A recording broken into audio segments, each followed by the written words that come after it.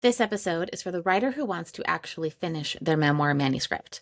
This episode is also part of a 4-part series that I'm running here on the podcast that I'm calling the 12-month memoir. Over the holidays, I was thinking about you and what you might want heading into this new year. What came through was a month-by-month plan for how to use your time, energy, and money as a memoir writer so that by the end of 12 months, you can have a finished memoir draft in hand, ready to move into publication. You can catch up on parts 1 through 3 back in episodes 113, 114, and 115. Today, we're getting into our 4th and final installment. Let's get started. You are listening to the Memoir Method podcast, the place for writers, readers, and anyone who appreciates the collective power of our stories. In this podcast, we explore the impact of memoir alongside an examination of writing techniques and strategies used in the genre. Whether you are a writer looking for inspiration and guidance or a passionate reader seeking meaningful connections through shared experiences, the Memoir Method podcast is your go-to conversation spot. I'm your host, Charlotte, editor, writer, and the heart behind Charlotte Writes. Let's get started. So let me recap the series so far. What we've done in the series is really break down the right order to revise your memoir manuscript. I want you to know how to both harness your intuitive creativity and also your strategic creativity. I want you to write smarter, not harder. In part 3, I talked about how to hand off your work to an editor, how to start building your online author platform, and what to expect coming down the publishing pipeline. As we move into the final months of this 12-month memoir, you will have a little less control on the timeline. So what comes next will largely depend on how you choose to publish, self-publishing or traditional. If you're self-publishing, then you 100% do need to invest in a copy editor and a proofreader. Those are the editing steps that come after line editing. Self-publishing used to have a bad rap because it was messy. You'd see stuff that did not look professional. You get to make it be professional. So you have to make sure that you have a polished manuscript, and there are so many editors and proofreaders and copy editors out there who know how to do that for you. If you decide to go the traditional route, you do not need to pay money for a copy editor or a proofreader. You do want a polished draft. A developmental edit's never a bad idea. A line edit is also never a bad idea. Traditional publishing, you might want to focus your time on submitting queries or book proposals at this point. So memoir is kind of funny because it's creative nonfiction. So you could submit a query, which is a letter pitching your memoir along with the first 5 or so pages. Or you could do a book proposal, which is a much more intensive document that breaks down your memoir in an expanded outline. In traditional publishing, fiction needs queries. If you are pitching a novel to an agent, you need a query. In traditional publishing, nonfiction is usually pitched with a book proposal. Creative nonfiction, like memoir, is kind of funny because it can be pitched either with a query or with a book proposal. If you want to go this route with publishing, finding an agent, I would advise that you do your research into agents and publishers to decide what format you should use to pitch your memoir. Different agents will have different requirements for memoir submissions. So let's say that you decide to self-publish. Let's say you went through the line edits, you polished and revised one last time, and then you handed it off to a copy editor. While your work is with your copy editor, keep building up your readership. Keep posting wherever you like to post. Submit essays to magazines. Keep having this conversation. You need to start moving and behaving like a writer, like an author more than ever. Your readers, your future agent, publisher, however you want to get your book out into the world, these people who are waiting for you, they need to see you taking yourself seriously right now.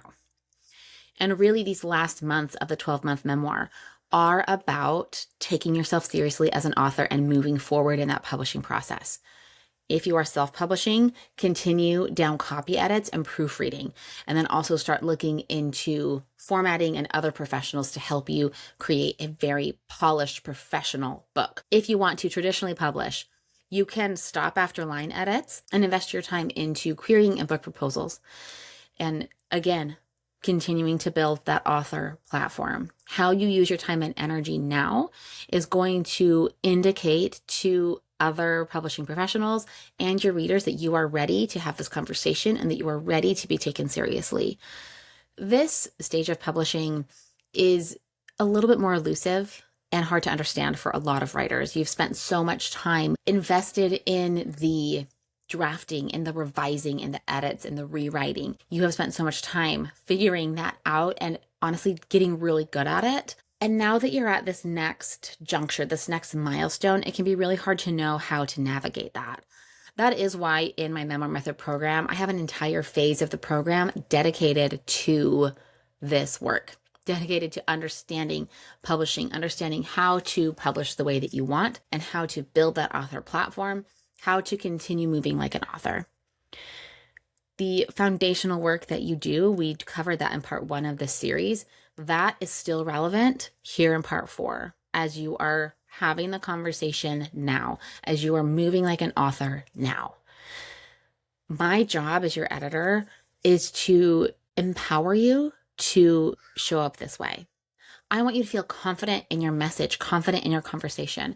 I want you to be obsessed with what you are writing, obsessed with talking about it, because that is what it will get your book published. However it is, you will know how to publish. You will know what route feels good for you, and you'll know it because it will feel exciting. It will feel fun. Yes, there are learning curves. Yes, it is new skills to master. But keep talking about your story. Keep having this conversation with your readers, because I promise you that your readers are waiting. I have such a deep conviction in this work with you because I've seen your stories help other people. I know that you have a reader out there waiting for you. If you have a desire to write your memoir, if you're here listening to this podcast right now, then you probably have wanted to write a memoir. And if you want to, then you are meant to. I believe that so deeply. There can be so much gatekeeping in publishing. There can be some elitism.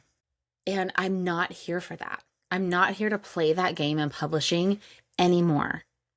I used to buy into it. I don't. It's not worth your time. It's not worth your energy to play the elitist game of publishing. You are here because your story matters, and you are here because readers are waiting for you.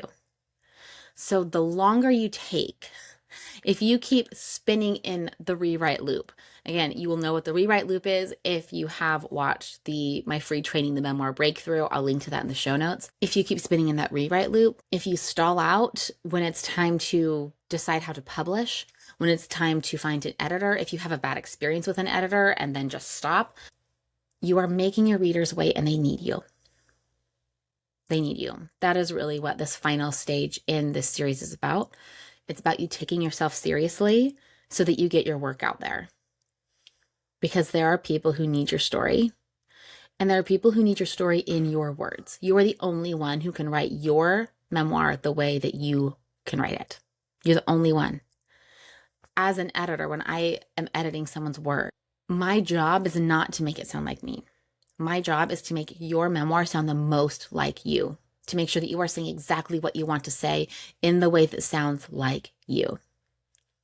And there are readers who need you. So consider this a pep talk. Come back to this if you need it. Your readers need you. You are supposed to be writing a memoir if you want to, and if you are. This is the conviction that really undercuts all of my work that I do with writers. This is the vision that is driving the Memoir Method program. This program is run in a cohort style. We kick off on Monday, and this is a blend of coursework, coaching, and actual edits and revisions. This is where you take that messy manuscript that feels like a murder board in your head with all those red threads going everywhere, like you're a detective trying to figure out how to put the puzzle pieces together. You take that, and then you figure out exactly how to put everything together. You will not recognize your memoir after you go through the Memoir Method. You will sit down and know exactly what you need to be spending your time on. You will sit down at a writing session and know exactly what you need to work on. You will know exactly how to spend your time, energy, and your money. I promise you that you can navigate this. And I created the Memoir Method to make it easier for you. Maybe to make it fun for you. I want this to be fun. I want you to remember why you started this. That is what the Memoir Method will do. We're going to tap you into your purpose as a memoir author, your purpose as a conversation starter, and then you get to tell it. You get to have the conversation, you get to write, and you get to become that author. You get to step into the publishing phase with confidence and with clarity about what you are here to say. I haven't seen a program like the Memoir Method anywhere else. We start in just a few days. I want you in the room. If you feel like you need to be in the room, then follow the link in the show notes, and the link is there for you to enroll. I can't wait to see you there. It's going to be such an amazing experience. The group of writers that we have is really shaping up to be incredible. Thank you so much for following along with me on this series. We ended on a more intense note of conviction than I had expected, but also I'm not surprised, because when I get to talking about what you are doing, I feel so passionate. I feel so convicted in your work, because I see these stories. You share these stories with me. You share your vulnerabilities and your heartbreaks with me. And it's such an honor to be invited into that space with you. And it's an even greater honor to make sure that your story makes it into the hands of readers who need it. The links to everything you need are in the show notes. I will see you next week. Thank you so much for joining me. I can't wait to see you inside the Memoir Method. And I'll see you next week.